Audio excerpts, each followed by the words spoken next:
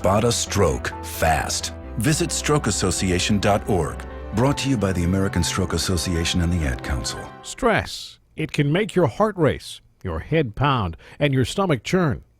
While a little stress can be a good thing and even help you perform under pressure, too much stress can be bad for your health, causing headaches, stomach pain, trouble sleeping, and even a weakened immune system.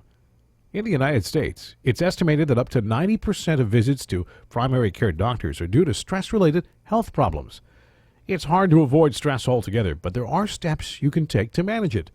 During National Stress Awareness Month in April, visit optum.com/stress for more information about how to prevent stress from getting the better of you, including stress first aid techniques you can do in the moment when you're feeling stressed, and stress prevention techniques to help change the way you approach and think about certain situations.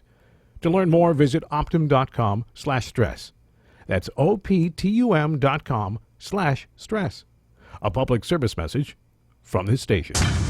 Talk health. Talk wealth. Talk politics. Talk 1470. WNN. The opinions expressed on the preceding sponsored program were strictly those of its hosts, guests, and callers, and not necessarily those of this station, its staff, management, or sponsors. The content of the following program, including all statements from the host and guests, is to provide general information and commentary about the law. Under no circumstances does any statement made by a host or guest to a caller or listener constitute legal advice or the formation of an attorney-client relationship, and the material from this program should not be viewed as a substitute for personal consultation with an attorney. Welcome to Talk Legal with Jeff Van Treese, who brings you all the latest news in the legal world. Jeff will be discussing a variety of legal topics with experts in the field. If you would like to ask a question or share a story on the air, please call toll-free 888-565-1470. Once again, that's 888-565-1470. Now, let's talk legal with Jeff Van Treese. Good evening and welcome to another edition of Talk Legal. I'm your host, Jeff Van Treese. I'm an attorney with the law firm Oltman, Flynn & Kubler, where we practice intellectual property law, including patents, trademarks, and copyrights. You can check us out online and view all episodes of this show on our website at oltmanpatent.com. That's OLTMANPATENT.com. I'd also like to thank all of our listeners, including those of you tuning in on the AM dial, as well as those watching online. Feel free to call us toll-free if you have a question or comment at 888-565-1470. We welcome your calls. I have a special guest in studio this evening. Jeff Molinaro's back. Jeff practices a number of areas of law, including commerce law, business law, white-collar criminal defense. He's been on the show before, talked about a number of issues that are happening in the news. And Jeff, it's a pleasure to have you back on the show. Thank you for having me. So, we want to we're going to talk a little bit later about the cheating scandal with the Atlanta school teachers from last month and some recent developments in that case. But before we get to that, we got to talk about the recent developments in the Baltimore case, the Freddie Gray case. That last Friday, the prosecutor in Baltimore, Marilyn Mosby, brought charges against 6 of the officers, including one that was charged with second-degree murder, depraved heart murder, which we'll talk about in a minute. Other charges including involuntary manslaughter and false imprisonment. Some pretty serious charges. These charges were brought 2 weeks after the death of Freddie Gray.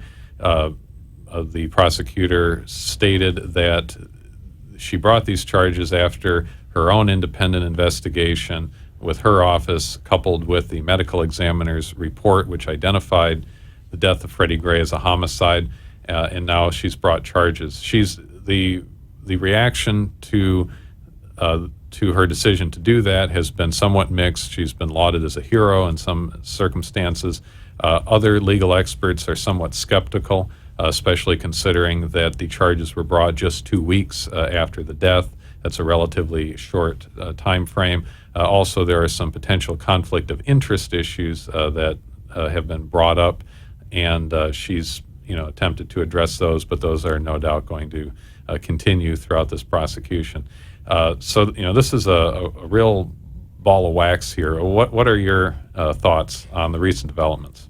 Well, my biggest concern is in a case like this that you're rushing to prosecute, and you're rushing to prosecute for a variety of reasons. One may be political pressure. One may be, how do we stop the riots and protests in the street? Do we stop them by prosecuting? Do we stop them by overcharging? Do we stop them by prosecuting and trying to get a conviction? What's the end game?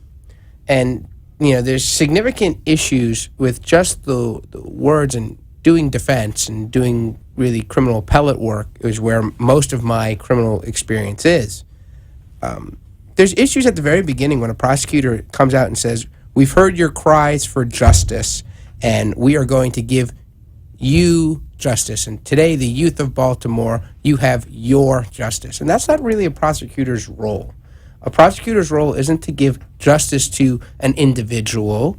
It's not the prosecutor's role to ensure a conviction. The prosecutor's role is to ensure that the system works and justice is provided for all parties involved. Part of that is ensuring that the criminal defendants who are charged are properly charged, that you're not overreaching, that you're not reaching for a second-degree murder on a depraved heart when you haven't laid out any evidence yet that would satisfy the elements for a depraved heart murder. We should just take a moment to define what depraved heart means. Depraved heart essentially means that the defendant acted with willful and wanton disregard for human life to such an extent that it's not just manslaughter. It's not just that the person acted negligently or recklessly, but it actually is elevated in some states all the way to first-degree murder.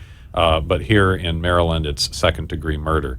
So it's more than just manslaughter. Examples of depraved heart murder would be, for instance, driving your car onto a sidewalk and just running people over indiscriminately, or even somebody that throws heavy objects like cinder blocks off of an overpass into oncoming traffic. So we're talking about pretty serious crimes here.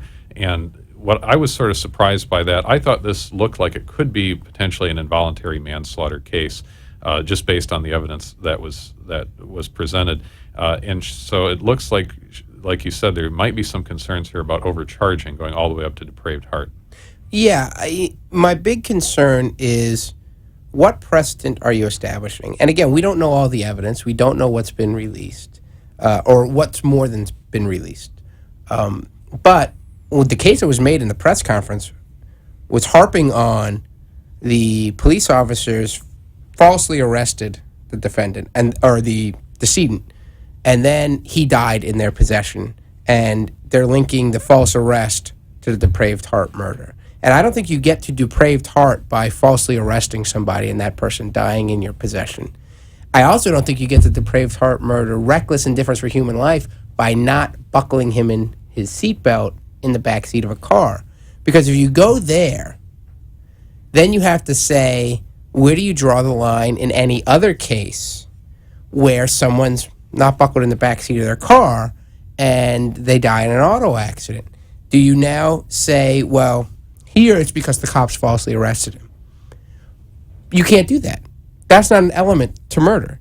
The fact that I may have falsely arrested you is irrelevant to whether I have a depraved heart, so much so that I acted with such willful indifference to human life that I'm going to be considered to have intent to kill. And if you look at it in the isolated box of failing to secure somebody in the back seat of the car, you have the issue of, what about the mother whose child isn't in the car seat? What about the child who's an adult child who has a parent who has Alzheimer's that actively chooses not to buckle their seatbelt, but they may not be fully competent? What about the school bus driver in a bus that has seatbelts that doesn't secure children, or a school bus driver of a bus of special needs children? So where do you draw the line and say, if we go down the road of every time we don't buckle somebody in the back seat, we've now raised it all the way up to reckless indifference for human life, and it's murder? You're setting a very dangerous precedent, not just for the police officers involved in this case, but if you look at it in the totality, what does it mean for criminal prosecutions and murder charges as a whole? I mean, it looks like there might have been some action here that amounts to homicide or criminal activity. The fact that he had his voice box crushed, He had 80% of his spine severed. What's also, of course, very disturbing is that there was a witness in the van, the transport van or the emergency van that was separated by a partition, couldn't see what was going on. He reported that there were some banging sounds, which were then used by law enforcement spokesperson to justify the explanation that perhaps Freddie Gray had intentionally broke his own neck in the van, which it just seems ludicrous on its face. When the witness was questioned subsequently, he said it was just a sort of a small tapping sound, very unremarkable. So it sort of smells like a cover-up when you look at that. And certainly this should be investigated. This seems like I was saying earlier. This looks like it could be a manslaughter case. The false arrest, which sort of set the whole thing up, stems from the fact that he made eye contact supposedly with the officers. Of course, you can't really prove eye contact. He was, and he can't speak for himself as to whether there was eye contact. Right, and the weapon that he had on him, the knife in question, was legal under Maryland law to possess. But the officers never actually saw the knife. They said he made eye contact and then he went running, and then that prompted them to be so aggressive with this 25-year-old decedent that they proceeded to tackle him to the ground and crush his spine and voice box. And at that point it sort of brings up potentially a manslaughter case, because now they have this severely injured individual that they're just putting in a transport van without any safety belt or anything like that. And it just seems to be a set of circumstances that set off a chain of events that it just appears unacceptable to a lot of people. Well, and again, I think it goes into when we find out all the facts, when we find out what happened, and charging 6 individuals is a strategic plan by the prosecutor. You charge them all, somebody may flip and say, "Well, I didn't tackle him. Joe Schmo tackled him, and when he tackled him, he landed on top of him, and he put his elbow on his neck, and he pushed off to get up, and that's how he broke his neck." Or you don't know. Separating out defendants, interviewing them separately, charging them all, whether they be cops or robbers or conspirators or whoever, is an effective tool that prosecution uses. Of course, it does bring up the issue of, especially, the African American population in a lot of inner cities around America. They feel in fear of their life whenever they're around law enforcement, and when something like this happens, even though the vast majority of law enforcement would never do anything like this, it's a real fear, when something like this happens. And so there is sort of a call for action on the part of the prosecutors. The question is was this the right action? Right, and you have multiple issues when you get into race and policing and poverty and policing. There is a natural distrust, and you see law enforcement trying to move to more of a community policing model that sometimes is effective. The idea of gaining trust in the community. And if you can gain trust in the community, you're able to more effectively police because citizens understand why you're there. Excessive force issues create a problem because it lowers that trust, and it lowers the expectation of the community in the police force. We have to take a short break to hear from our sponsors, and we'll pick back this discussion back up on the other side. Please stay tuned. This program is brought to you by Fresh Start Tax. Fresh Start Tax offers a full range of tax and accounting services, including tax return preparation and bookkeeping, as well as back taxes, wage garnishments, unfiled returns, or any other tax-related concern. Our dedicated team of tax attorneys, CPAs, and former IRS agents offer over 60 years of professional tax experience. For a free consultation, call 866-700-1040. That's 866-700-1040. You can also visit us on the web at freshstarttax.com. This program is brought to you by the law firm of Altman, Flynn, and Kugler. We practice elder law and intellectual property, including patents, trademarks, and copyrights. If you would like to patent your idea, please contact our Fort Lauderdale office for a free consultation. Call 954-563-4814. That's 954-563-4814. Or visit us online at altmanpatent.com. That's OLTMANPATENT.com. Spokesperson, not an attorney. You're listening to Talk Legal with Jeff Van Treese, who brings you all the latest news in the legal world. If you would like to ask a question or share a story on the air, please call toll-free 888-565-1470. Once again, that's 888-565-1470. Now, back to Talk Legal with Jeff Van Treese. And we're back. Our guest this evening is Jeff Molinaro. He's an attorney that I've had on the show before. We've been discussing the recent decision by the prosecutor in Baltimore to indict 6 police officers for the death of Freddie Gray. And we before the break, we were talking about some of the implications of those charges. I'd like to turn our attention to some of the conflict of interest issues that have come up with the prosecutor, Marilyn Mosby. Number one, there you have a situation where one of her supporters in her campaign when she was running for state attorney actually is the attorney for Freddie Gray's family, the deceased young man who died a few weeks ago at the hands of several law enforcement officers after his neck and after his spinal cord and voice box was severed. So you have a situation here where the attorney for the deceased's family was one of the donors to the prosecutor. Also, you have her husband, Nick Mosby, is a city council member in the district where this incident took place, and there could be accusations that there are political pressures on her and her husband related to bringing this prosecution. She's denied. She says that her husband makes the laws, she enforces them. She denies that there is any conflict of course she's of going interest. to deny. I mean, she's the prosecutor. And if you say, oh, you're right, I was politically influenced in my prosecution, that's a great way to get the charges thrown out. The fact that it was 2 weeks, the fact that the prosecution received the information within hours before they filed charges from the police closed their investigation and handed it off to the prosecutor, and within hours, murder charges were filed.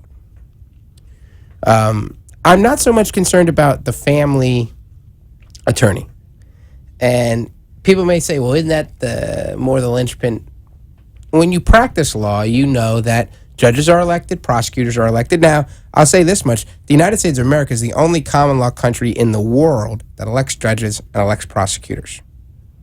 To me, I've always been against it. I'm still against it. I don't think judges should be elected. I don't think prosecutors should be elected. I don't think public defenders should be elected because it reeks of a underlying possible taint. And when you go into, be it criminal court or you even go into civil court, and you're the young guy with a perfectly shaved head, and you go up against somebody that's in their 60s that may have a nice title on next to their name, that has nice gray hair and has been donating $500 every year since 1988 to Judge so-and-so's campaign for Judge so-and-so to be reelected, you have that idea and that question as to whether you're really getting a fair shake in a motion calendar in a 5-minute hearing. And ultimately, sometimes you have to go up to the next level and on an appellate, and it gets brought back down. But I would say that it's commonplace for $500 campaigns. And if the system was really that corrupt, the system would break down. So the influence from the family attorney, I'm not so much concerned about. The influence of the impropriety, the appearance of impropriety, that your husband is a city councilman and you've come back, and not only have you come back, but in your primetime role as a very young prosecutor. She's 35 years old. Correct. A very young prosecutor, which means she has at most 10 years experience, probably has not sat on many felony murder trials. In fact, most of her experience was working as an insurance defense litigator for Liberty Mutual. So even though she's been out of law school 10 years, only a portion of that has been as a prosecutor in the criminal defense realm. Correct. So when you start to play into those factors, it starts to tinge towards politics, because the speech she gave when she brought out those charges, if anybody else didn't think it was political, I'd be surprised. Politically charged. And even if you compare that speech to other high-profile police killings, high-profile security guard killings, be it Trayvon Martin, be it this case, be it the other cases we've seen, I don't think we've seen a prosecutor speak like a politician. And that's really what disturbs me. And I think what the better course would have been, even if the same charges would have been filed, would have been to wait and appoint a special prosecutor. Now, in the back of your mind, if you're a defense attorney, are you saying, can I even get a fair trial in Baltimore? Because when the jury comes in and the jury's sworn in, and as much as they say we're going to be impartial, can I get the fair trial? Because at the end of the day, they know, hey, when these guys were charged, the riots stopped. And also you have to take into consideration that if these officers are convicted, this is going to be a big issue on appeal, these accusations of impropriety and conflict of interest. Those are always big issues on appeal if the prosecutor has a conflict, and that's why in many instances a special prosecutor will be appointed for that very purpose in order to avoid any appearance of impropriety. I mean, I think ultimately at the end of the day, the venue's going to be moved. I don't think you can have a trial in Baltimore, especially not after what's been said, and get a fair trial, or at least what an appellate court will think is a fair trial, especially if there's a conviction. I think it's going to be very hard to do in Baltimore proper. You know, we'll be following this very closely, and it will be interesting to see how this case develops. We have a few minutes left. I'd like to discuss the recent developments in the Atlanta teacher scandal. You yourself used to be a high school teacher, and I'm sure you can offer a perspective on this case. There were 11 former educators that were convicted of racketeering for correcting answers on students' standardized tests in Atlanta. There were some very serious jail sentences. One teacher was sentenced to 20 years in jail with a minimum of 7 years being served. Other teachers received fines, $25,000 fines. Some of those were reduced to $10,000. Talking 2,000 hours of community service. That's the equivalent of a 40-hour work week for an entire year. I mean, these are pretty unprecedented sentences for teachers cheating on standardized tests. What are your thoughts on that, as well as the recent reduction in those sentences? Well, I think part is they're being made an example of. That happens all the time in the justice system because a sentence is part of the deterrent effect.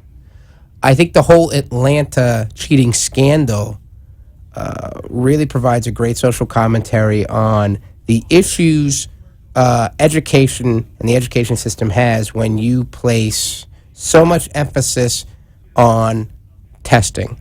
Not standardized testing in performance of students graduating, but standardized testing when you start tying it to teacher performance and tying it to funding, and you say the only factor that really matters is how well a student performs on a test. And it's solely, and what you've done is by funding and bonuses or firings or whatever, because it's popular, because there's a teachers union and they're tenured, you have taken the sole responsibility for a child's education and placed it on the back of a teacher. And the reality is, I've said it before, the Hillary Clinton book in the 90s, It Takes a Village, that statement is correct. It takes a village, and it takes a village, especially in a community where a majority of students are coming from single-parent homes. A majority of students live below the poverty line. A majority of students come from families that are on welfare and Medicaid and food stamps and are free and reduced lunch and are free and reduced breakfast. And when they go home at night, they may not have a meal. They may not get 3 square meals a day, and they may not have a parent in the house to ensure that they're working. And the reality is there is an interrelated yet completely separate idea between race and poverty. They're intermixed, But correlation and causation are two totally different things. There are many independent factors towards poverty, and when you look socioeconomically at education, the correlation tracks. And this is why I think that it's difficulty to gauge a teacher's success or a school's success because there is no quote unquote bottom line in education the way that there is in private businesses. You might have students that achieve spectacularly, and that may not necessarily be the result of the teacher doing a great job. It might just be that they come from hardworking families. That might be that they, like you said, they don't suffer from some of these socioeconomic ills and so forth. They might have work ethic instilled to them from their families. It may have nothing to do with the teachers. Likewise, you might have teachers with children with various emotional problems and so forth that make it very difficult to have high test scores. And they might be doing the best that they possibly can and might be very good, talented teachers.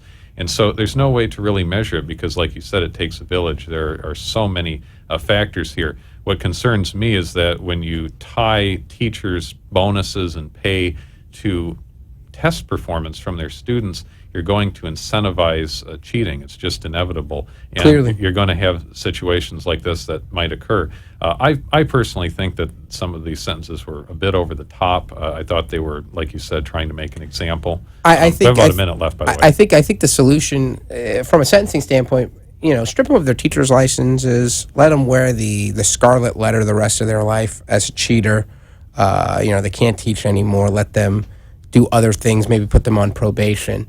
But the real solutions in education come when you adopt a community education approach, or at least in my opinion, where you have educators and the community working together. Because being in a classroom 45 minutes a day in English isn't going to make you a great reader. It's reading at home, being encouraged to read, being encouraged by your family to read, and emphasizing the value and importance that an education and how that education can really improve your life. We're going to have to leave it there, Jeff, if you could give out your contact information to our listeners. Sure. I'm an associate at the law firm of First Edelman, David & Joseph in Miami, Florida. I practice in appellate litigation and commercial lit, as well as administrative and regulatory compliance. You can reach me at 305-350-5690. I'd like to give a very special thanks to my guest, Jeff Molinaro. Please tune in next week, Tuesday evening at 6 o'clock, where my guest will be attorney Heidi Friedman, and we'll be discussing some recent changes in veterans benefits. Thank you so much. This is Jeff Van Treese for Talk Legal. Have a great evening. Thank you for listening to Talk Legal with Jeff Van Treese. Tune in next week for more insightful and exciting information about the law.